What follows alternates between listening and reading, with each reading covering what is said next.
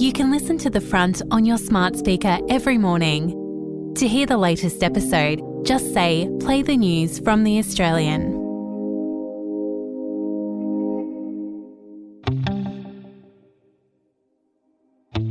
From The Australian, here's what's on the front. I'm Claire Harvey. It's Tuesday, September 24.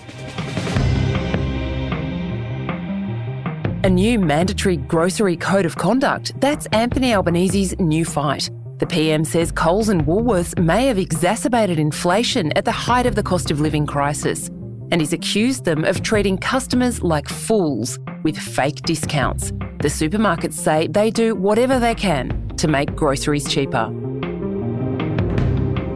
Allegations of police racism from serving cops, disgusting racial slurs, physical violence, and moves to clear the streets of black people. They're all claims contained in a human rights case brought by more than 20 Northern Territory Aboriginal community police officers. That's today's story. Run and see how far you get before I shoot you. Yous don't deserve to get paid, yous do all. One of yous will shoot yourselves in the foot. This, according to a group of Indigenous police officers from the Northern Territory, is how some white officers speak to their Aboriginal colleagues. And this, according to a complaint lodged with the Australian Human Rights Commission, is how the Aboriginal community police officers say they heard white colleagues talking about Indigenous civilians. They're like animals. If you need any black locked up, let me know and I'll sort them out. Black camp dogs. We used to shoot these black where we come from. The Northern Territory is home to nearly 8% of Australia's Aboriginal and Torres Strait Islander community, an estimated 76,000 people. That's about 30% of the Territory's overall population. Stephen Rice is a senior journalist with The Australian.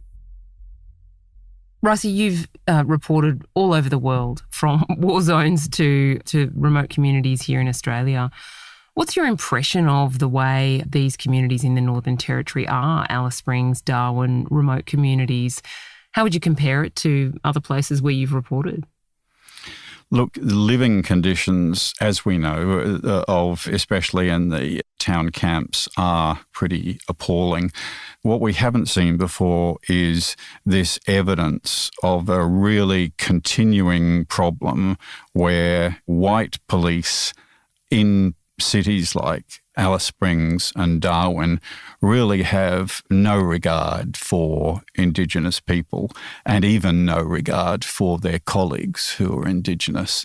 And that's pretty shocking. How good is it to be Territorian tonight?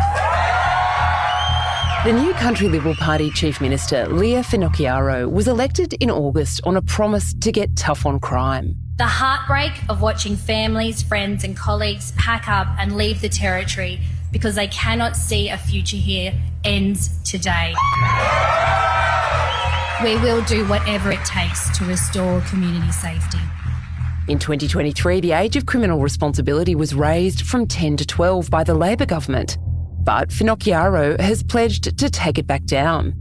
That means 10-year-olds will be able to be charged with criminal offences rather than being handled by the Territory's Families Department.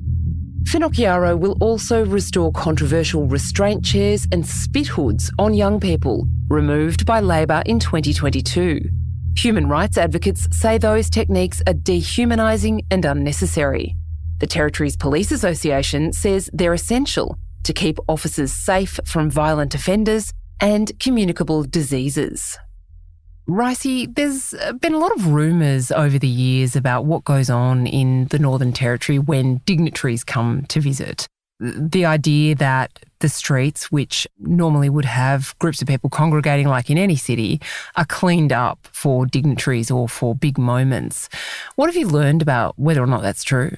Well, as you say, those claims have been around for a long time, and the Northern Territory Police have always written them off as rumours, urban legend or conspiracy theories. What's happened now is that as a result of more than 20 Aboriginal police making a complaint of racial vilification to the Human Rights Commission against the Northern Territory government and against the Northern Territory Police Commissioner, these allegations turn out to be true. A voice actors reading the words from the complaint to the Australian Human Rights Commission from Aboriginal community police officers led by Sean Lou Fatt, a former footballer with Essendon who's been an ACPO for 26 years, and Lisa Birkenhagen, who's a senior ACPO and has been with the force for 9 years.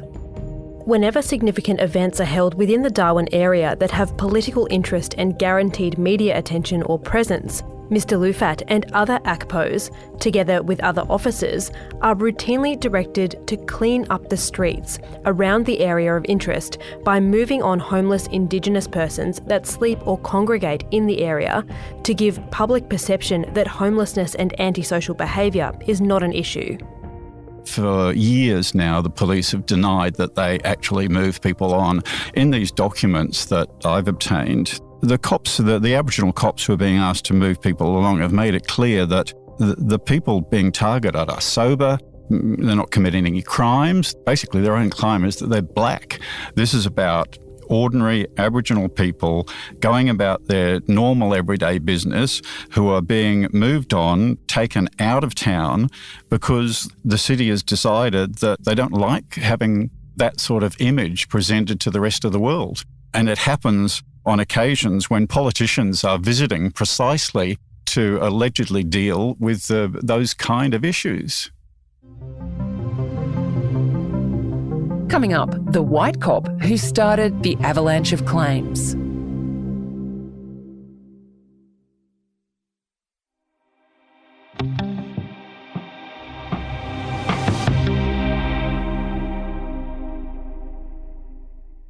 Ricey, the Northern Territory Police have come in for some serious scrutiny over the past few years, probably starting in this round when police officer Zachary Rolfe fatally shot an Indigenous man, Kumanjai Walker, in the remote community of Yuendamu.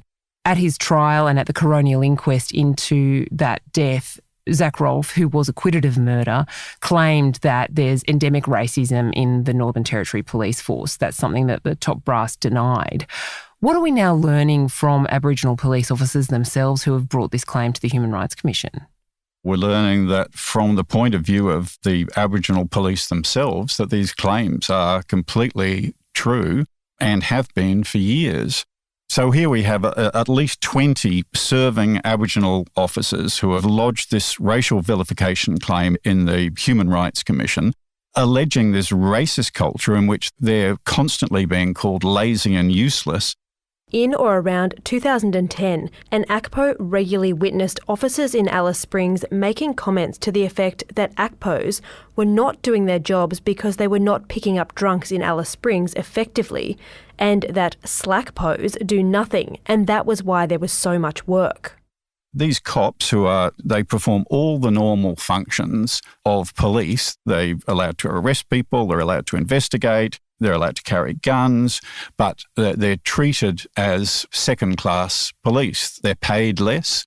If you're an Aboriginal police officer in the Northern Territory, you get $6,000 less a year than a white constable. It's pretty outrageous. Towards the end of her training to become an auxiliary, a sergeant delivering a lecture referred to a service helping to return Indigenous people stuck in Darwin to their home country and commented that he would like to return them to their country in a box. Ms Birkenhagen made a complaint against the sergeant, which resulted in conciliation. Ms Birkenhagen was advised that she would have to have thicker skin, as she might hear much worse as a police officer. I mean, some of this stuff is just extraordinary. Ricey, when you went to the police and to the newly elected Northern Territory government, what are they saying? Are they denying that there's this disparity in pay, for example?